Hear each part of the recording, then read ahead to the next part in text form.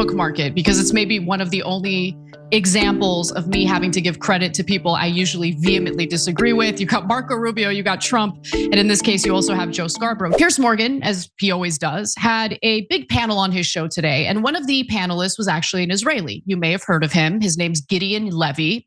And if you know anything about him, you're probably familiar with the fact that Gideon Levy has been willing to be critical about the government of Israel or the Israeli Defense Forces and how they prosecute wars. And he's really a voice that I value, even though I don't always agree with him. When he was on Piers Morgan's show today, I think that he may have been the first Israeli that I heard calling it like he sees it, telling the truth about what's actually transpiring in Gaza as it relates to those humanitarian aid hubs and the dozens, sometimes hundreds of civilians who get shot and killed by the IDF as they are waiting in line, attempting to get access to flour or some humanitarian assistance so they and their families can maybe have a shot at staying alive. Now, with that in mind, take a listen to what Gideon Levy had to say here. I must remind ourselves that when the UN's agencies distributed the aid, there were no killed people. It all started with this monster organization of putting 2-3 stations in the Gaza Strip for 2 million people, almost as an experiment in human being, in starving human beings. And then comes the question really about the figures. Oh, those propaganda people, they love to speak about figures. Aren't they 1,000 babies less than 1 year killed? No, they know it's only 700 babies killed. Hamas is exaggerating. And if it is 700 babies killed, can we live with it?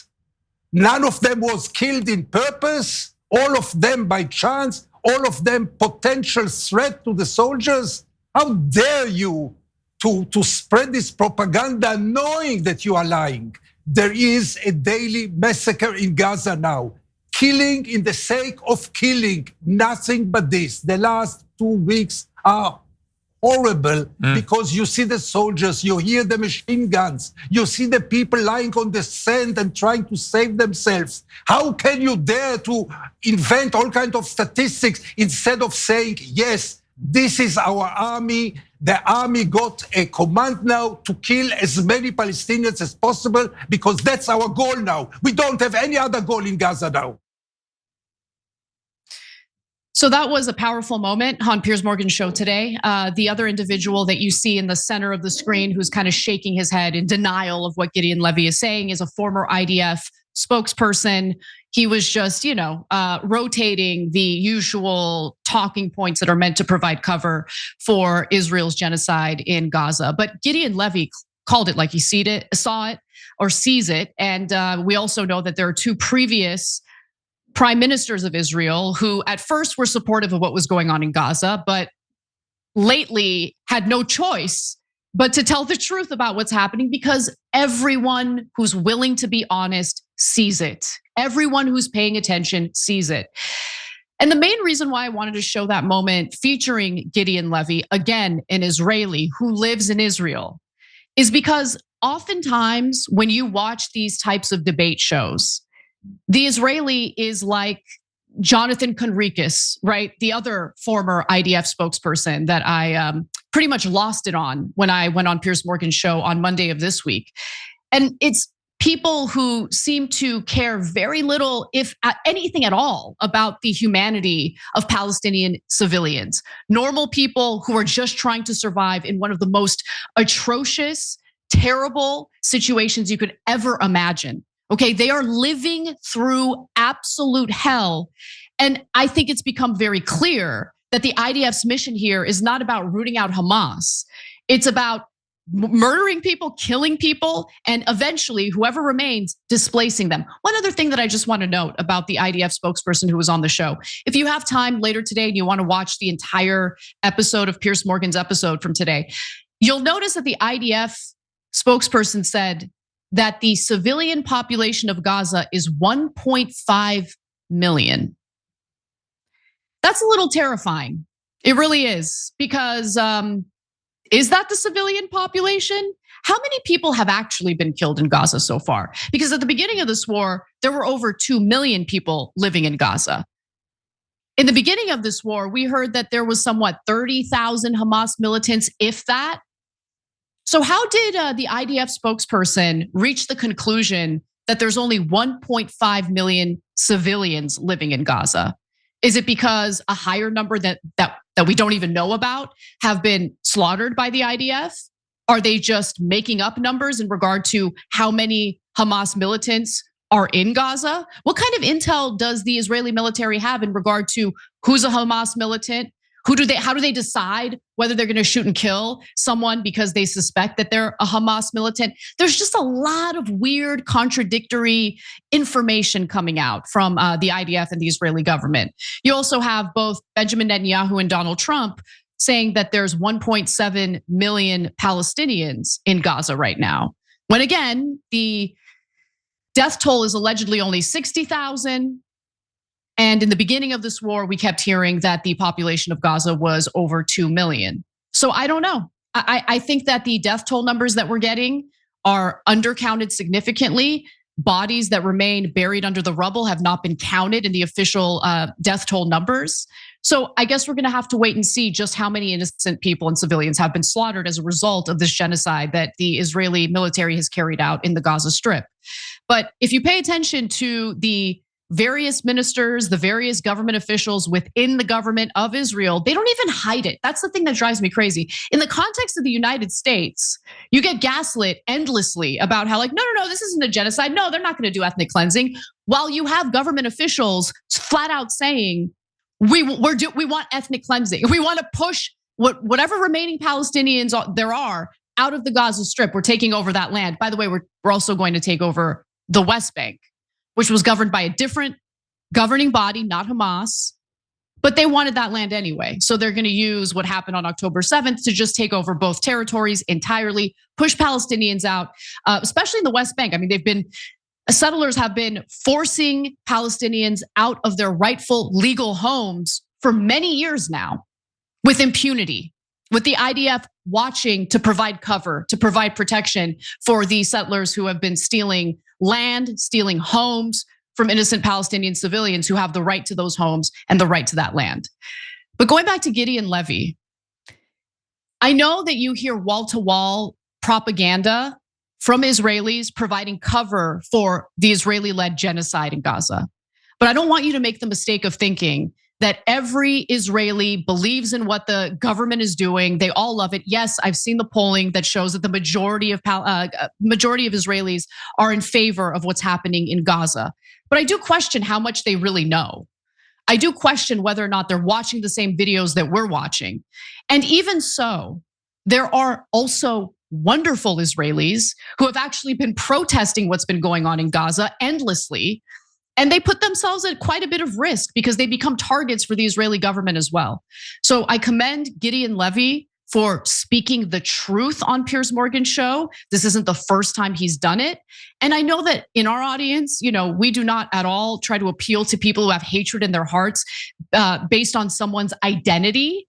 But just in case, if anyone was ever under any impression that here at TYT, we support hatred toward Jewish people or toward Israeli civilians, nah, I'm not about that. But when it comes to systems, when it comes to a government, when it comes to a military, we're talking about something entirely different, entirely different. And so as much as some of these bad faith actors try to smear critics of the Israeli government as so-called Jew haters, that is not true. You have to pay close attention to the words that come out of someone's mouth. If they're being specific about Israeli government policies or specific instances in which the IDF has behaved poorly, then they're obviously criticizing something specific and not the identity of the individuals involved. That's it. So thank you to Gideon Levy. It's about time we heard, someone who's Israeli, go on Piers Morgan and actually tell the truth about what's going on. All right, with that said, I want to talk a little bit about really interesting leak that came out. And I think we should proceed with caution whenever there's leaked intel in regard to Iran, in regard to conflicts in the Middle East, especially when a lot of this intel in the past has gotten us into a lot of trouble. Now, with that in mind, let's get to the story. The conversion facility, which you can't do a nuclear weapon without a conversion facility. We can't even find where it is, where it used to be on the map. You can't even find where it used to be because the whole thing is just blackened out. It's gone. It's wiped out. It's wiped out. Then we dropped 12 of the strongest bombs on the planet right down the hole in 2 places. Everything underneath that mountain is in bad shape. When you talk to the people who built the bombs, understand what those bombs can do, and deliver those bombs, they landed precisely where they were supposed to, so it's a flawless mission. Flawless. You would think they'd do the opposite. You would think they'd want to say, this was an unbelievable success. And the thing that hurts me is it's really demeaning to the pilots and the people that put that whole thing together, the generals. That was a perfect operation. Moderate to severe, and we believe far more likely severe and obliterated. So this is a political motive here. The Trump administration found itself defending the effectiveness of their bombing campaign against nuclear sites in Iran today, following a leak from the Pentagon's Defense Intelligence Agency, which claims that the operation set back the Iranian government by just a few months, that it just wasn't as effective as previously thought. Now, I actually side with the administration officials here. I think that this preliminary report that was leaked by a Pentagon staffer should be looked upon with a great deal of skepticism. But with that in mind, let's hear more about what this leaked intel indicated. Based on a battle damage assessment that was carried out by US Central Command, essentially looking at the images and looking at what was actually damaged, the Defense Intelligence Agency has assessed that the core components of Iran's nuclear program are largely intact, and that Iran's nuclear program has essentially only been set back by months. Now, we presented this information to the White House for comment, and White House Press Secretary Karen Leavitt, she did acknowledge the existence of this assessment, but she said in a statement that the administration disagrees with it. She said, quote, "This alleged assessment is flat out wrong and was classified as top secret, but was still leaked to CNN by an anonymous low-level loser in the intelligence community." Now, again, this preliminary report was leaked to CNN and also to the New York Times. And this report that was done by the Defense Intelligence Agency focused largely, according to the New York Times, on the state of the Fordo plant. And that's the country's deeply buried uranium enrichment facility, which produced the near bomb grade level enriched uranium. If you guys can remember, when we originally covered this story, Iran had managed to enrich uranium to 60%. You need to get it to 90% enrichment in order for it to be at the level necessary to build an atomic bomb or a nuclear weapon. But nonetheless, officials familiar with the intelligence report said that early findings, again, early findings, no one's been on the ground yet. So really, in order to know the extent of the damage to these nuclear facilities, we have to wait to see what happens after an international group goes to inspect the sites and determine just how bad the damage is. But nonetheless, officials familiar with the intelligence report said that early findings showed that the strikes had set back Iran's nuclear program by months. Officials said the strikes sealed off entrances to the facility, but had not led to a collapse, leaving open the possibility that Iran could eventually dig it out. So let's just pause for a second. Really, 30,000-pound bombs didn't cause any damage to the facility? Like, what are we talking about here? I remember prior to the Trump administration making the decision to drop the bombs, there was all this analysis done about whether or not the bombs would even be effective. And the bombs had recently been upgraded or updated in order to be effective for the Fordo facility because of how deeply buried that facility was. Now, let me give you some more of the intel as it pertains to this preliminary report. The reason Iran most likely could still race to a bomb relatively quickly, officials said, is that Iran likely retains much of the enriched uranium and likely has secret nuclear facilities in which to process it further. Now, likely doesn't tell me anything. Obviously, there's a lack of certainty here. Are there other facilities? How is it that we know about some of the facilities and we don't know about the other alleged facilities that might exist? The other thing that's really interesting to me here is, look, there is definitely some indication that they did take the 60% enriched uranium out of these facilities in order to put it in a safe place where they knew, these bombs would not damage them or be impacted by them. There's been some reporting on that seems credible. However, I don't know for sure yet. No one knows for sure yet. And that's really important to harp on here. But let's also talk about where Iran was in their alleged quest to build a nuclear weapon prior to the bombings. So again, you need 90% enriched uranium in order to build the bombs. They had enriched uranium up to 60%. They do not have, or there is no indication, and there was no intelligence to indicate that Iran had restarted the nuclear program, the nuclear weapons program that they had suspended all the way back in 2003. And that was the intel that was shared by Tulsi Gabbard, head of the DNI, Director of National Intelligence.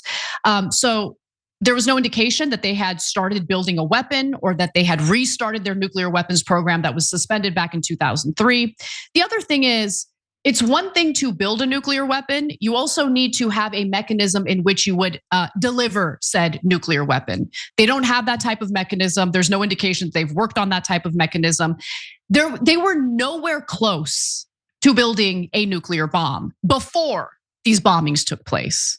Now, if you think 30,000-pound bombs didn't do damage to these facilities, especially after you see satellite imagery showing you the damage, you're falling for pro-war propaganda, if you ask me. That's my belief.